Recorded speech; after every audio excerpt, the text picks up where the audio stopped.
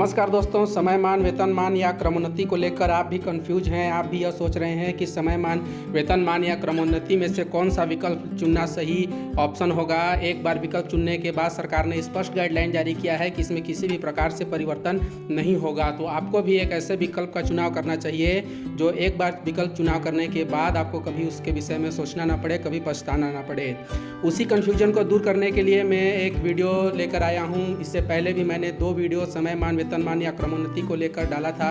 उस वीडियो में भी थोड़ा बहुत कन्फ्यूजन को दूर करने की मैंने कोशिश की थी। स्पष्ट गाइडलाइन उन दोनों वीडियो में भी अपलोड किया गया है, वहाँ से भी आप जाके देख सकते हैं। यह एक और वीडियो अपलोड होने जा रहा है इस चैनल पे। इसमें समयमान या वेतनमान क्रमोन्नति को लेकर कौन सा विकल्प लेना बहुत ज़्यादा ज़रूरी है, कौन सा विकल्प आपको ज़्यादा लाभ दे सकता है, कौन सा विकल्प लें कि कभी उसमें बैक ना होना पड़े। क्योंकि शासन के द्वारा एक बार विकल्प आपने अगर सेलेक्ट कर लिया तो उसमें किसी भी प्रकार से परिवर्तन नहीं किया जाएगा। इन्हीं समस्याओं को दूर करने के लिए इस वीडियो में अंत तक बने रहिएगा, ताकि आपको समयमान वेतनमान या क्रमोन्नति को लेकर कभी कंफ्यूज ना होना पड़े और एक सही विकल्प का चुनाव आप कर सकें। यदि चैनल पर नए हैं या चैनल को सब्सक्राइब नहीं किया है तो चैनल को सब्सक्राइब जरूर कर दीजिएगा, क्योंकि इसमें टाइम टू टाइम सभी नोटिफिकेशन अपडेट किए ही जाते हैं। तो चलिए देखते हैं कि किन किन महत्वपूर्ण बिंदु से आप एक सही विकल्प का चयन कर सकते हैं। तो वीडियो में बने रहिएगा।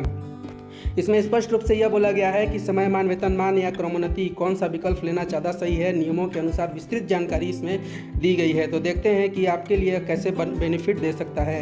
यदि शासन ने सभी कर्मचारियों को समयमान वेतनमान यानी कि टाइम स्केल पे और क्रमोन्नति प्रमोशन या टाइम बाउंड प्रमोशन में से किसी एक विकल्प का चयन करने का अवसर यदि आपको अभी इस समय दिया है, तो यह निर्णय कर्मचारी की सेवा, वेतन और भविष्य में लाभों पर प्रभाव डाल सकता है। क्योंकि एक बार आप यदि इस विकल्प को ले लेते हैं, फिर उसमें किसी भी प्रकार से परिवर्तन नहीं करेगी गवर्नमेंट। इसलिए बिना नियम समझे विकल्प का चयन नहीं करना चाहिए। इसलिए इस वीडियो में ज़रूर मैं समझाने की कोशिश करूंगा कि आपका कौन सा विकल्प ज़्यादा आपको लाभ दे सकता है। सरकार ने ऐसा विकल्प क्यों दिया है, पहले ये समझ लेते हैं। छत्तीसगढ़ शासन ने यह महसूस किया कि सभी कर्मचारियों की परिस्थितियाँ जो है एक समान नहीं होती है। कुछ कर्मचारियों के लिए समयमान अधिक लाभदायक हो सकता है, लेकिन कुछ कर्मचारियों के लिए क्रमोन्नति भविष्य में अधिक वेतन और पेंशन का आधार का बन सकती है। इसी कारण पात्र कर्मचारियों को एक बार अपनी सुविधा के अनुसार विकल्प चुनने का अवसर दिया गया है। मतलब सरकार ने कर्मचारियों के हित में एक ऐसा आकलन किया है कि सभी कर्मचारियों की जो स्थिति होती है वो एक समान नहीं होती है। इसलिए परिस्थितियों के अनुसार कर्मचारियों को जो 31 मार्च 2016 से पहले के जो कर्मचारी हैं उनको समयमान वेतनमान या क्रमोन्नति में से किसी एक विकल्प का चुनाव करने का अवसर दिया है। और 1 अप्रैल के बाद जितने भी कर्मचारी आएंगे उनको केवल समयमान दिया जाएगा, क्रमोन्नति का इसमें ऑप्शन नहीं रहेगा। तो हम देखते हैं कि इन्हीं आवश्यकताओं को समझने के लिए गवर्नमेंट ने सभी कर्मचारियों के लिए समयमान वेतन या क्रमोन्नति के एक अवसर चुनाव करने का ऑप्शन दिया है। समयमान वेतनमान या टाइम स्केल पे क्या है उसको समझ लेते हैं। समयमान वेतनमान वह व्यवस्था है जिसमें कर्मचारी को निर्धारित वर्षों की नियमित सेवा पूर्ण करने पर बिना पद बदले, मतलब जैसे अगर पदोन्नति देखा जाए तो 10 साल 20 साल इस प्रकार से जब आप अपनी सेवा पूरी कर लेते हैं उसके बाद आपको पदोन्नति मिलता था। तो यह क्या होगा कि बिना आपका पद बदले आपको नियमित सेवा यानी कि उच्च पद का जो पे स्केल है वह आपको मिलने लगता है। इसमें बोला भी गया है कि बिना पद बदले उच्च वेतनमान या उच्च वेतन स्तर का लाभ आपको दिया जाता है। यही होता है समयमान वेतनमान। समयमान वेतनमान की आवश्यकता अब क्यों पड़ी? कई विभागों में वर्षों तक पदोन्नति नहीं हो पाती, क्योंकि छत्तीसगढ़ में बहुत से विभाग अभी वर्तमान में संचालित हैं और सभी विभागों में जो प्रमोशन की स्थितियां हैं वो अलग अलग प्रकार से हैं। इसी कारण से समयमान वेतनमान की आवश्यकता पड़ी कि अगर प्रमोशन गवर्नमेंट रिक्त पदों पे नहीं दे पा रही है, क्योंकि प्रमोशन तभी होगा जब वहाँ पे वह पद रिक्त होगा। अगर उसमें ऑलरेडी कोई कर्मचारी काम कर रहे हैं तो उनका प्रमोशन नहीं होगा। इसीलिए समयमान वेतनमान जो है कर्मचारियों को आर्थिक स्थिति में सुधार करने का एक बेहतर ऑप्शन हो सकता है। तो कई विभागों में वर्षों तक पदोन्नति नहीं हो पाती। अनेक कर्मचारी पूरी सेवा एक ही पद पर कार्य करते रहते हैं, इससे उनका मनोबल जो है प्रभावित होता है। ऐसी स्थिति में सरकार ने समयमान वेतनमान की व्यवस्था लागू की ताकि कर्मचारियों को आर्थिक लाभ दिया जा सके। लंबे समय तक एक ही पद पर कार्य करने वाले कर्मचारी निराश न हो, सेवा अनुभव का उचित सम्मान हो, वेतन वृद्धि सुनिश्चित हो। इसलिए समयमान वेतनमान की कार्य योजना जो है गवर्नमेंट ने बनाई है। अब मुख्य विशेषताएं क्या होगी? समयमान वेतनमान यदि आप लेते हैं तो पद वही रहेगा। समयमान वेतनमान में पद आपका नहीं बदलेगा, लेकिन वेतनमान पे लेवल में लाभ मिलेगा, क्योंकि जिस वर्ष में आप पहुंच चुके हैं उस वर्ष का जो क्रमोन्नति का पद होगा उस पद तो आपका नहीं बढ़ेगा, लेकिन उसका उच्चतम वेतन आपको मिलने लगेगा, जिसमें नई जिम्मेदारी नहीं बढ़ती क्योंकि आपका पद समान रहता है। वरिष्ठता पर विशेष प्रभाव नहीं पड़ता क्योंकि आपकी वरिष्ठता लगातार बनी रहती है। पेंशन और भविष्य में वेतन निर्धारण में लाभ मिल सकता है, क्योंकि आपको उच्च पद का जो है लाभ मिलने लगा है समयमान वेतनमान से। यहाँ पे आपका पद में परिवर्तन नहीं होने वाला है। मुख्य विशेषताएं क्या होंगी? उच्च पद के बराबर वेतन लाभ मिल सकता है, आपको मिलने लगता है। भविष्य में नियमित पदोन्नति के नियम अलग हो सकते हैं, लेकिन क्योंकि आप समयमान वेतनमान यदि आप ले सकते हैं तो हो सकता है कि आपको क्रमोन्नति के पद पे ना जोड़ा जाए, आपको लगातार समयमान वेतनमान की ही श्रेणी में रखा जाए। क्रमोन्नति या पदोन्नति में आपको नहीं रखा जाए, आपको पदोन्नति नहीं दिया जा सकता। विभागीय नियमों के अनुसार सेवा शर्तें पूरी लागू होती हैं, मतलब जितनी भी विभागीय सेवा शर्त लागू होगी वो आप पे भी लागू होगी, आपको उसमें अलग नहीं रखा जाएगा। दोनों में मुख्य अंतर क्या है अब यह समझ लेते हैं। मुख्य अंतर क्या होने वाला है, पहला देखते हैं। इसमें दो भागों में बांटेंगे, आधार, समयमान वेतनमान और क्रमोन्नति। आधार में देखते हैं कि पद, समयमान वेतनमान में पद वही रहता है, क्रमोन्नति में उच्च पद का लाभ मिल सकता है। वेतन क्या होगा, इसमें बढ़ता है समयमान वेतनमान में, और क्रमोन्नति में सामान्यतः अधिक लाभ मिलने की संभावना होती है, क्योंकि अलग अलग समय में यदि क्रमोन्नति लगातार होते गया तो आपको वेतन का लाभ ज़्यादा मिल सकता है। जिम्मेदारी इसमें नहीं बदलती क्योंकि आपका पद भी नहीं बदलता। विभागीय नियमों पर आधारित रहती है क्रमोन्नति, यानी जैसे विभाग अगर क्रमोन्नति करेगी तो होगा, नहीं तो नहीं होगा।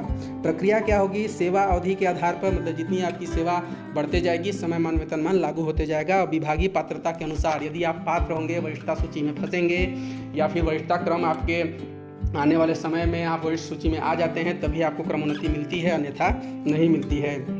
किसे समयमान वेतनमान चुनना चाहिए, अब यहाँ पे देखिए स्पष्ट हो जाएगा कि समयमान वेतनमान किसे लेना चाहिए और किसे नहीं लेना चाहिए।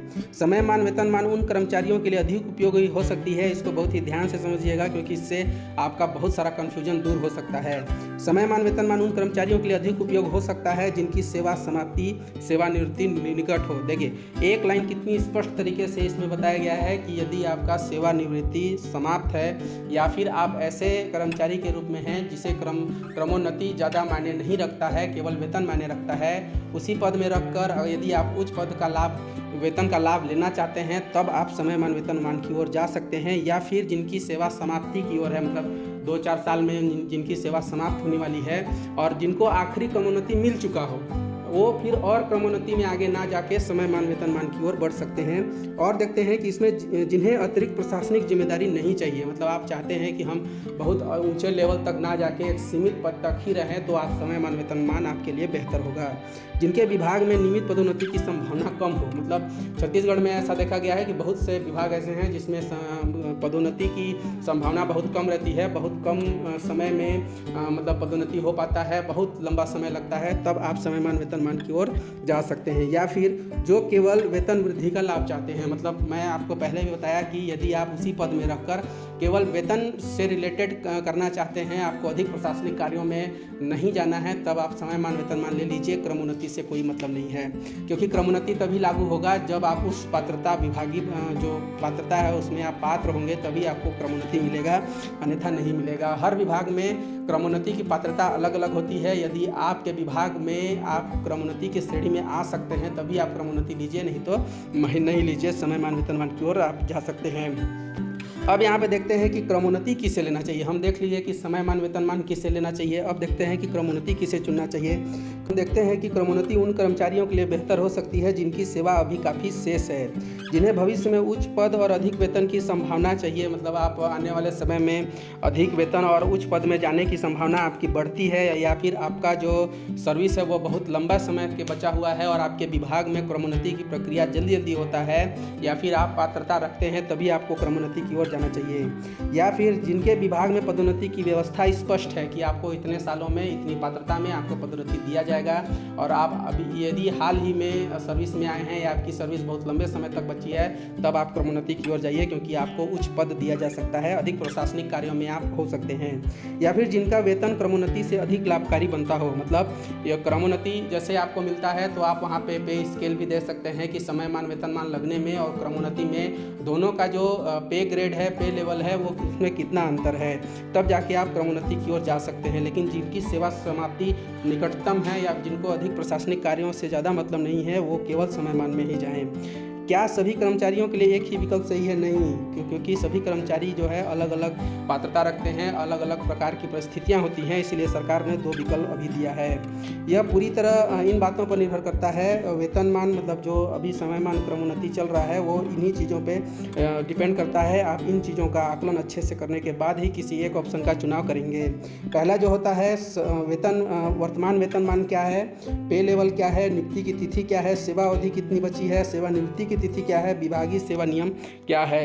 यदि आप इसमें 1, 2, 3, 4, 5 और ये 6, इन 6 प्रकार से यदि आप गणना कर लेते हैं कि आपकी पदोन्नति क्या होगी, सेवानिवृत्ति क्या होगी, विभागीय सेवा नियम क्या होगी, 7वां देखते हैं भविष्य की पदोन्नति की संभावना कितनी है, 8वां देखते हैं इसी कारण शासन ने विकल्प चुनने का अवसर दिया है। मतलब इन 8 कारणों को यदि आप समझ लेते हैं तो आपको समयमान, वेतनमान या फिर क्रमोन्नति की ओर जाने में किसी भी प्रकार का संकट नहीं होगा।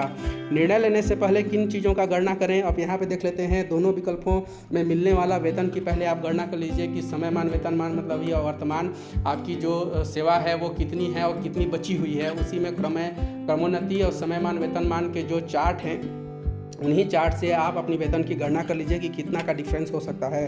वार्षिक वेतन वृद्धि पर प्रभाव कितना पड़ेगा, भविष्य में समयमान या पदोन्नति पर प्रभाव कितना है, पेंशन और ग्रेजुएटी पर प्रभाव कितना है, अगले 5 से 10 वर्षों की संभावित आय कितनी हो सकती है, या फिर बिना गणना किए किस विकल्प को चुनना चाहिए। एक और भी यहाँ पे पॉइंट हो जाए कि यदि आप इन चीज़ों का गणना नहीं कर पा रहे हैं तो बिना गणना किए किन विकल्प को आप ले सकते हैं, तो लेना सही है कि नहीं है, तो बिल्कुल नहीं। आप यहाँ पे बिना गणना किए किसी एक विकल्प का चुनाव नहीं करेंगे।